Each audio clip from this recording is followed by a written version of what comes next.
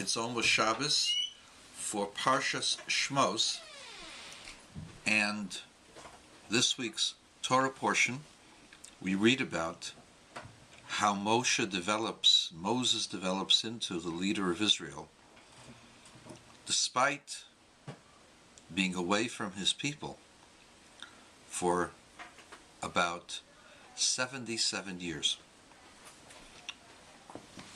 Moses was concerned about everyone, the welfare of people, the welfare of the downtrodden, and God chooses Moses to become the leader and the deliverer of Israel. And when God speaks to Moses, Moses is confused and he starts asking God all kinds of questions. Who am I? What special gift might I have to take the people out? Can I take out an entire people and lead them to the promised land? How can I do this?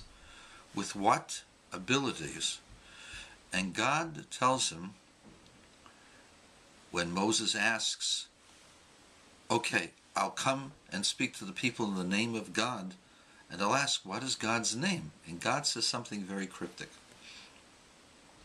He says, my name is Eheya Asher Eheya.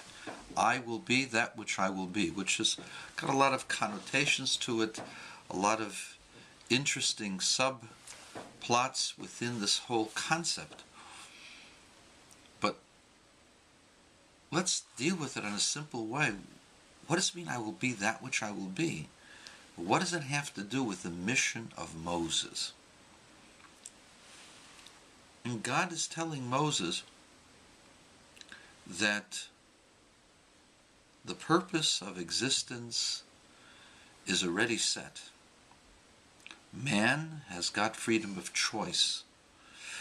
But the freedom of choice that we have is a freedom of choice of how we go about our lives and how we direct the world. But the outcome of all of this is predetermined. We have the choice whether we will be the engines pulling or pushing the train, or whether we'll go screaming and kicking. But the purpose is set. And by saying I will be that which I will be means I anticipate all possibilities. And I have set in motion that the people of Israel, the Jewish people, will go back to their holy land and establish themselves the way they were under King David. That is the prophecy of the destiny of the Jewish people. And we've begun to see that in our generation.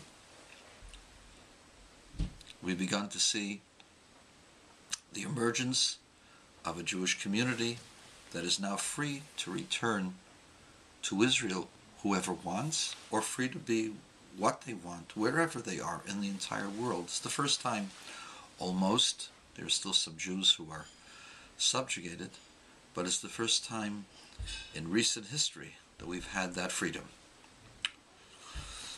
And so God says, I will be there for you, no matter how you present yourself.